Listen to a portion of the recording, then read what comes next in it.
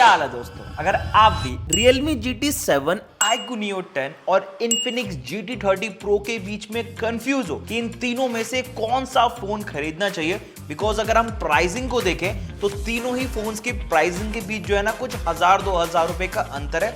सो बहुत डिफिकल्ट हो जाता है एक बेटर स्मार्टफोन चूज करना। सो आज की इस वीडियो में यही मैं आपको बताऊंगा कि इन तीनों में से आपको कौन सा खरीदने चाहिए, इनके प्लस पॉइंट्स क्या है, इनके ड्रॉबैक्स क्या है, सारी चीजें आपको क्लियर हो जाएंगी। So let's start with build quality. जहां अगर Infinix GT30 Pro की बात की जाए तो यहां पर हमें बैक साइड में ग्लास बैक का सपोर्ट मिलता है। And if you talk about iQOO Neo 10 तो यहां पर आपको प्लास्टिक बिल्ड मिलती है एंड GT7 में भी प्लास्टिक बिल्ड का ही सपोर्ट है। सो द पॉइंट इज कि प्रीमियम कौन सा लगता है। तो भाई देखो, मेरे पॉइंट ऑफ व्यू के हिसाब से तो iQOO मुझे ज्यादा प्रीमियम लगा, लेकिन यहां पर एक ड्रॉबैक पॉइंट यह है कि भाई इसके बैक पैनल पर जो है ना थोड़े बहुत फिंगरप्रिंट्स के जो निशान है वो शोन होते हैं, जबकि Realme GT7 का जो बैक पैनल है ना ये मैट फिनिश के साथ आता है। सो यहां पर जो है ना आपको फिंगरप्रिंट्स के निशान बिल्कुल भी नोटिस नहीं करने को मिलेंगे। इवन जो GT30 Pro है ना उसके बैक पैनल पर भी फिंगरप्रिंट्स के निशान हाईलाइट होते हैं। सो ऑलमोस्ट डिजाइन के मामले में तो भाई मुझे iQOO Neo 10 ज्यादा कूल लगा। अब फंडा यहां पर चेंज होता है जब हम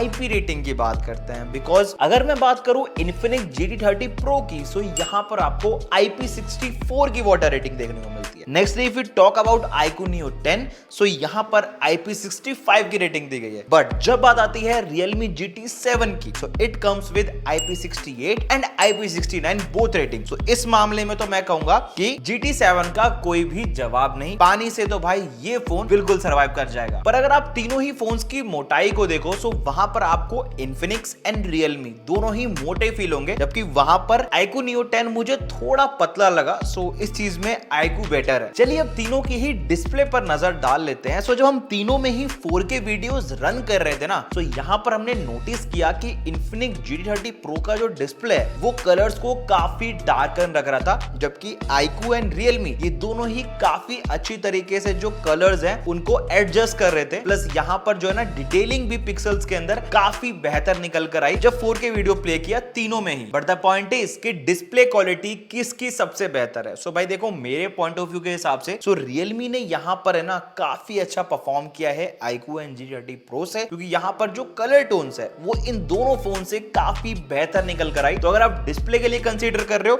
सो वहां पर Realme GT7 विन करता है। इवन जब हमने इन तीनों ही फोन्स की ब्राइटनेस को चेक किया आउटडोर में जाकर, तो वहां पर आप GT30 Pro को तो एक साइड ही कर दो, क्योंकि इसकी ब्राइटनेस इन दोनों के टक्कर में है ही नहीं। लेकिन अगर हम इन दोनों की बात करें सो इन्होंने बाहर जो है ना ब्राइटनेस को काफी अच्छी तरीके से एडजस्ट किया है। दोनों का ही परफॉर्मेंस मैं कहूंगा सेम निकल कर आया आउटडोर में। चलिए अब तीनों की ही बैटरी कैपेसिटी पर नजर डाल लेते हैं। जहां अगर मैं Infinix GT30 Pro की बात करूं तो यहां पर हमें 5500 mAh की बैटरी मिलती है, बाकी Neo 10 में 7000 की और GT7 में भी 7000 mAh की। बट द पॉइंट इज कि बैटरी सबसे ज्यादा देर तक किसकी चलती है। तो जब हमने टेस्ट किया सो वहां पर iQOO Neo 10 जो है ना ज्यादा देर तक बैटरी में परफॉर्मेंस दे पाया एज कंपेयर टू GT7 और GT30 Pro। नाउ अब तीनों की ही परफॉर्मेंस पर नजर डालते हैं। जहां अगर Infinix GT30 Pro की बात की जाए तो यहां पर हमें MediaTek का Dimensity 8350 प्रोसेसर मिलता है। And if you talk about iQOO Neo 10 so it comes with Snapdragon 8s Gen 4। आखिरी में अगर GT7 की बात की जाए तो ये आता है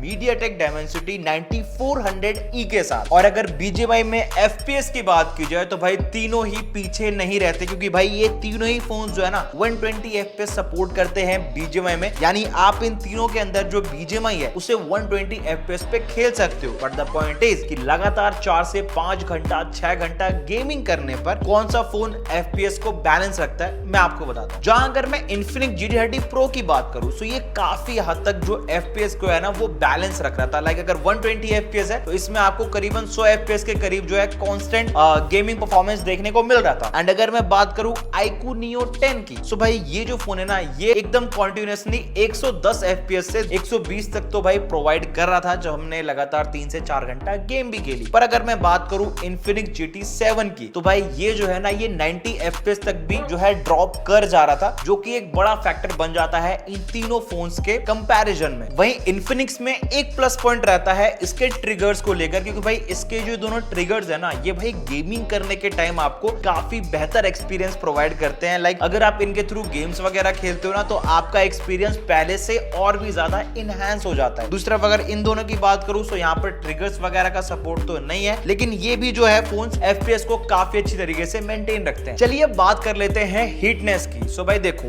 Infinix GT30 Pro तो कॉन्स्टेंटली हीटिंग प्रोवाइड करता है। लाइक अगर आप आधा घंटा भी गेम खेल रहे हो ना, तो भाई फोन काफी तेजी से हीट हो जाता है। अगर मैं Neo 10 की बात करूं तो ये जो है हीट होता है, पर इसको हीट होने में थोड़ा टाइम लगता है। लाइक अगर आप AC वाले टेम्परेचर में इसमें गेम खेल रहे हो, सो वहां पर ये करीबन 1 से 1.5 घंटे के बाद हीटनेस जो है वो जनरेट करता है। लास्टली अगर मैं GT7 की बात करूं, सो हीटनेस के मामले में ये इन दोनों से काफी बेहतर है। बिकॉज जब हमने इसके अंदर लगातार 1 से 1.5 घंटा 2 घंटा गेम खेली, तो वहां पर जो ये फोन है ना, ये बहुत कम हीट हुआ Neo 10 एंड GT30 Pro के कंपैरिजन में। सो अगर आप हीटिंग के प्रोस्पेक्ट से मुझसे पूछो तो मैं कहूंगा कि GT7 की परफॉर्मेंस वहां पर बेहतर निकल कर आती है। एंड Infinix में सबसे मेजर प्रॉब्लम मुझे ये लगेगी, अगर आप AC के बजाय इसमें गेम खेलोगे ना, लाइक आपके आसपास टेम्परेचर ठंडा नहीं है, तो ये फोन बहुत हीट हो जाएगा। लाइक 40 डिग्रीज तो भाई इसने AC में पार कर दिया था। सो आप सोचो अगर आसपास आपके कूलिंग ना हो, तो भाई कम से कम ये फोन 42 डिग्री से 45 डिग्रीज जा सकता है, विच इज डेंजरस। बाकी Neo 10 एंड GT7 हीटनेस को काफी हद तक कंट्रोल करते हैं। सो इस मामले में तो मैं कहूंगा कि ये दोनों फोन्स काफी बेटर है। इसके बाद अगर हम स्टोरेज टाइप के पॉइंट ऑफ व्यू से देखें, सो वहां पर Infinix GT30 Pro में हमें UFS 4.0 मिलता है। And if you talk about GT7, सो ये भी UFS 4.0 सपोर्ट करता है। बट Neo 10 के अंदर जो है ना, UFS 4.1 का सपोर्ट है। सो अगर आप डाटा ट्रांसफर वगैरह को लेकर देख रहे हो, तो वहां पर Neo 10 का परफॉर्मेंस ज्यादा बेहतर निकल कर आएगा। नेक्स्ट तीनों के ही यूजिंग एक्सपीरियंस एंड हैप्टिक्स की बात कर ले, तो हैप्टिक्स के मामले में तो तीनों ही बेहतर है। ऐसा कोई डिफरेंशिएशन मुझे यहाँ देखने को नहीं मिला। लेकिन अगर आप मुझसे यूजिंग एक्सपीरियंस के मामले में पूछो, तो मैं कहूंगा कि iQOO Neo 10 का परफॉर्मेंस काफी अच्छा है। क्योंकि अगर आप GT30 Pro को देखो, तो यहाँ पर हमें करीबन 144 हर्ट्ज का रिफ्रेश रेट मिलता है, पर GT7 आता है 120 हर्ट्ज के रिफ्रेश रेट के साथ। वहीं Neo 10 के अंदर 144 हर्ट्ज का रिफ्रेश रेट है। तो ये साफ दिखाता है कि अगर आप यूजिंग एक्सपीरियंस के मामले में देख रहे हो,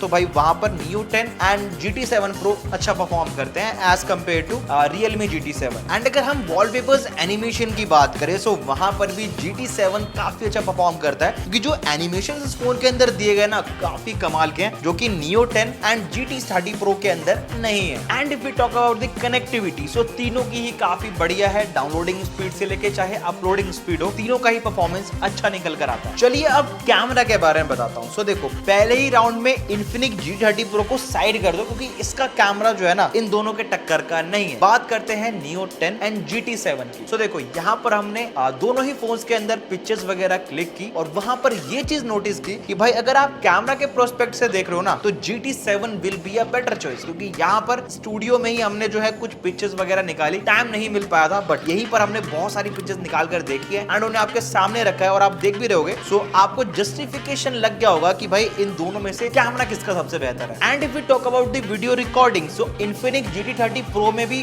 बैक कैमरा से आप 4K 60 FPS पे वीडियोस बना सकते हो। एंड अगर हम बात करें Neo 10 की, सो इसका भी जो बैक कैमरा है ना, वो अच्छी खासी वीडियोस बना लेता है 4K 60 FPS। पर बेहतर किसका है आप जानते ही हो, GT7 का। ये जो फोन है, ये 4K पे 120 FPS भी सपोर्ट करता है। इवन आप 8K पर भी वीडियोस बना सकते हो 30 FPS पे। सो आपको अंदाजा लग गया होगा कि कैमरा के मामले में तो बीस्ट GT7 ही। अभी प्राइसिंग पर भी एक बार नजर डाल लेते हैं, क्योंकि ये भी बहुत इंपॉर्टेंट फैक्टर है। जहां अगर मैं Infinix GT30 Pro की बात करूं, तो इसका ये जो बेस वेरिएंट है ना, ये 8GB 128GB का है। एंड अगर प्राइसिंग की बात कर ले, तो ये करीबन 25,000 का है, जिस पर अगर आप ऑफर्स वगैरह भी लगाओगे ना, तो करीबन ये फोन आपको 22 से 23,000 का मिल जाएगा। नेक्स्ट ही अगर बात की जाए iQOO Neo 10 की, सो मेरा डिसअपॉइंटमेंट इसको लेकर भी है, क्योंकि भाई इसमें भी आपको जो बेस वेरिएंट है वो 8GB 128 का मिलता है, जिनकी प्राइसिंग इन्होंने 29,000 रखी है, जिस पर अगर आप ऑफर्स वगैरह लगाते हो, सो कुछ 2 से 3,000 का आपको डिस्काउंट भी मिल जाएगा। सो